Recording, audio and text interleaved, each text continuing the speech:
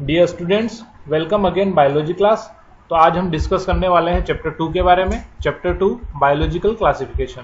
तो biological classification में हम जो लिविंग ऑर्गेनिज्म है उनका क्लासिफिकेशन किस तरह से किया वो हम इस चैप्टर में पढ़ेंगे। हम बात कर रहे हैं कि बायोलॉजिकल क्लासिफिकेशन का रिक्वायरमेंट क्यों होता है, क्यों जरूरी है, क्या इंपॉर्टेंस है क्लासिफिकेशन का। तो क्लासिफिकेशन आपने जो है प्रीवियस क्लास में भी पढ़ा होगा 9th-10th में। तो क्लासिफिकेशन क्यों जरूरी है, क्योंकि आपको मालूम है किसी लिविंग ऑर्गेनिज्म को आइडेंटिफाई करने के लिए, नोमेनक्लेचर यानी उसका नाम देने के लिए और उसके बारे में स्टडी करने के लिए। तो भाई किसी का अगर हम उसको पहचानते हैं, उसके बारे में जानते हैं, तभी उसका स्टडी कर पाएंगे।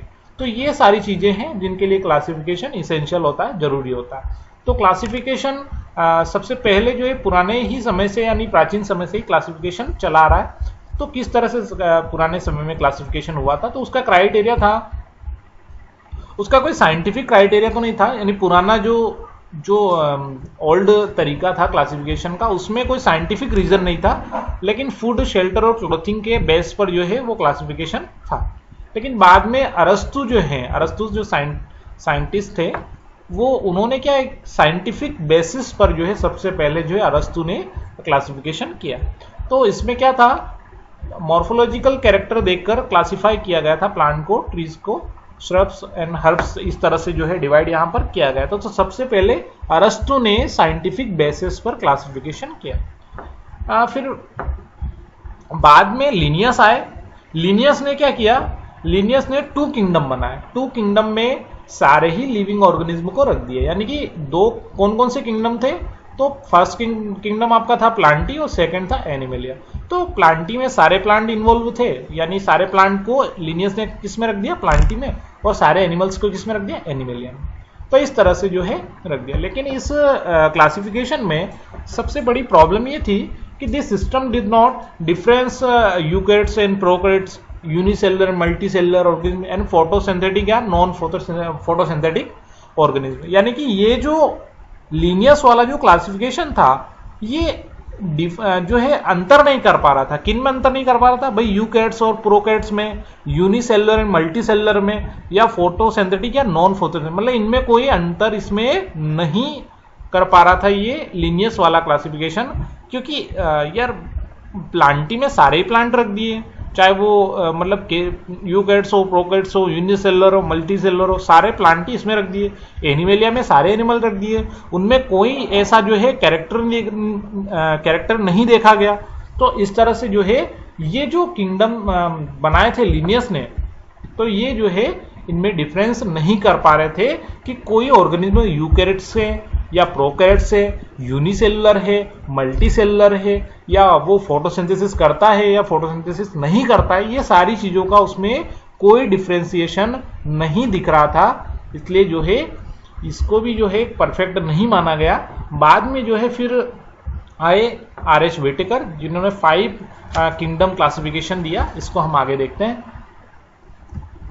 तो ये हमारे सामने है 5 किंगडम्स जो R.H. व्हिटेकर ने 1969 में दिया था।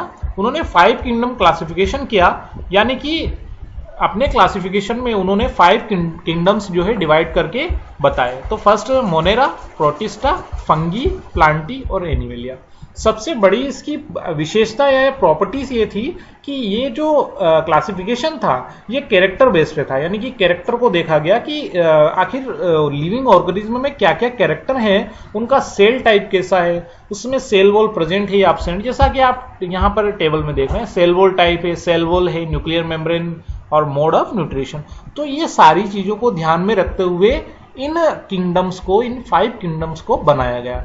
इसीलिए ये जो है इसको बाद में ही जो है मॉडर्न क्लासिफिकेशन के नाम से भी हम जानते हैं। यहां पर देख लीजिए आप कि जो ये वाला 5 किंगडम वाला जो क्लासिफिकेशन है वो कैरेक्टर बेस्ड था। यानी कि सेल स्ट्रक्चर कैसा है, बॉडी ऑर्गेनाइजेशन कैसा है, मोड ऑफ न्यूट्रिशन कैसा है, किस तरह से वो न्यूट्रिशन करता है, रिप्रोडक्शन कैसे होता है उसमें, तो ये सारी चीजें, और जो है रिलेशनशिप, जो फाइलोजेनेटिक रिलेशनशिप भी उसमें देखा गया, यानी कि सारी चीजें जो है उसमें इनको मेंशन किया गया और इन्हीं कैरेक्टर के बेस पर जो है 5 किंगडम क्लासिफिकेशन किया गया और ये सक्सेसफुल भी रहा। बाद में इसको जो है मॉडर्न क्लासिफिकेशन के नाम से भी जाना गया, क्योंकि ये कैरेक्टर बेस पे था और वाकई में इस क्लासिफिकेशन ये जो क्लासिफिकेशन था एक साइंटिफिक तरीके से भी सही था, क्योंकि इसमें सारी चीजें आ गई है। देखिए आप, ये सेल का स्ट्रक्चर है, सेल टाइप है, कैसा सेल टाइप है, न्यूट्रिशन कैसा है, रिप्रोडक्शन किस तरह से करता है, ये सारी चीजें इसमें इन्वॉल्व थी।